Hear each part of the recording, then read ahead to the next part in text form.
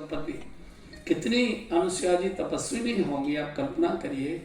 ये निर्जला एकादशी करते थे और एकादशी के दिन प्रयाग स्नान करने आते थे। पैदल के रास्ते थे, कहाँ चित्रकूट और कितनी दूर प्रयाग।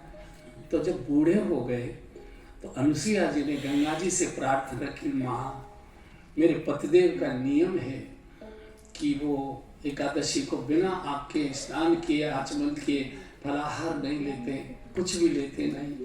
वो अब आने जाने की स्थिति में नहीं है। आप कृपा करके अगर चित्रकूट में प्रकट हो जाए तो बड़ी कृपा हो जाए।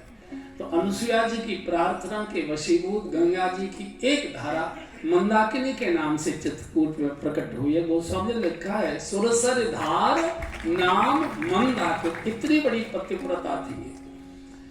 एक बार क्या हुआ, नारद जी घूमते घूमते देवलोक चले गए तो संयोग से तीनों माताएं एक जगह बैठी गप्पे मार रही थी, लक्ष्मी जी, ब्रह्माणी और सरस्वती जी। और नारद जी को तो लगाने बिगाड़ने ने कहा बड़ा शौक है। बोले अरे बड़ी भारी पतिव्रता बनती है। तो काय की पतिव्रता? पातिव्रत का तेज तो आज भूमंडल पर रहे समस्त लोकों में अनुसुईया जी का छाया हुआ है और उनके पातिव्रत को कोई भी परिस्थिति भंग नहीं कर सकती, चाहे आई पत्नी हो। अच्छा, माताओं में एक ईर्ष्या का गुण भी होता है, मैं इसे दुर्गुण नहीं कहता। दूसरे की प्रशंसा नहीं सुन पाएगी वो थोड़ा। अब यहाँ की मुझे मालूम नहीं, लेकिन साबट से मैंने देखा है। तो सुरी लगा के चले गए। अब तीनों देवता अपने अपने घर आए, तीनों की पत्नियां उठी बैठी थी। माता अनुसुईया जी का प्रसंग।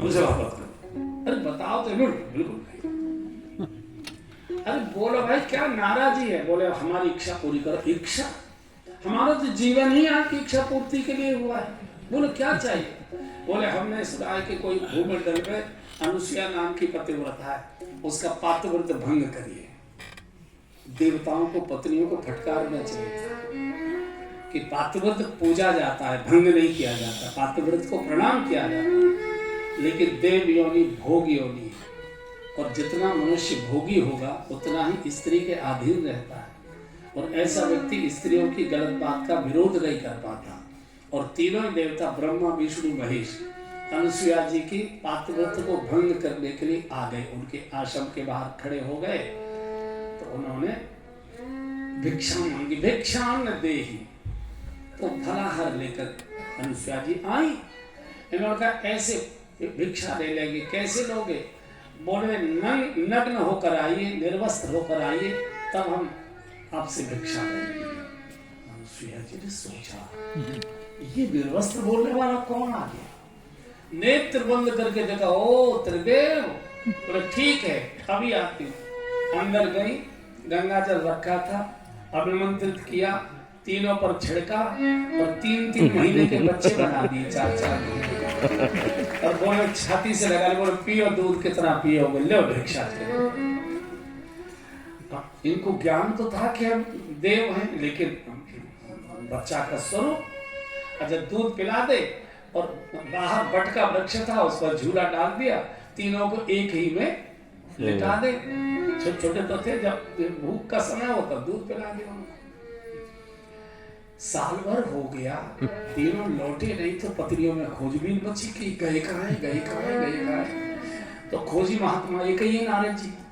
नारद जी को कॉल किया उन्होंने, नारद दौड़ो।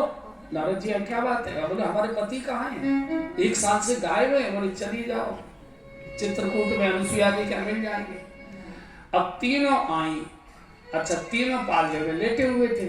तो शंकर जी को तो नंग धड़ंग रहने में कोई दिक्कत नहीं थी, तो मस्त रहते थे। तो हमेशा भगवान शर्म के मारे, और ब्रह्मा जी और बुढ़े तो और ज्यादा शर्म के मारे, तो ऐसे उल्टे पड़े रहे हमेशा। अब ये तीनों छम छम करती आ रही थी।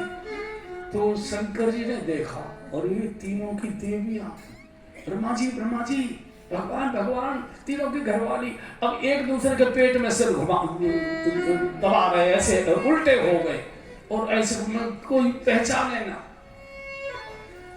आके रोई कि माँ हमारे पति आके आए, हमारे पति हमको वापस कर दीजिए, हम क्षमा याचना करने आए। तुम्हारे पति? हाँ। बोले जाओ पालने में अपने अपने पहचान लो, अपने अपने पहचान लो, ले जाओ। अब तीनों ऐसा उल्टे पड़े हुए, अब कैसे पहचाने? सरस्वती को डर लगता है कहीं शंकर जी पे हाथ न पड़ जाए, लक्ष्मी जी को भय लगता है कि कहीं ब्रह्मा जी पे हाथ न पड़ जाए, और पातिव्रत में तो पर पुरुष का चिंतन भी बहुत खराब माना जाता है, तो स्पर्श दोष बहुत ज्यादा।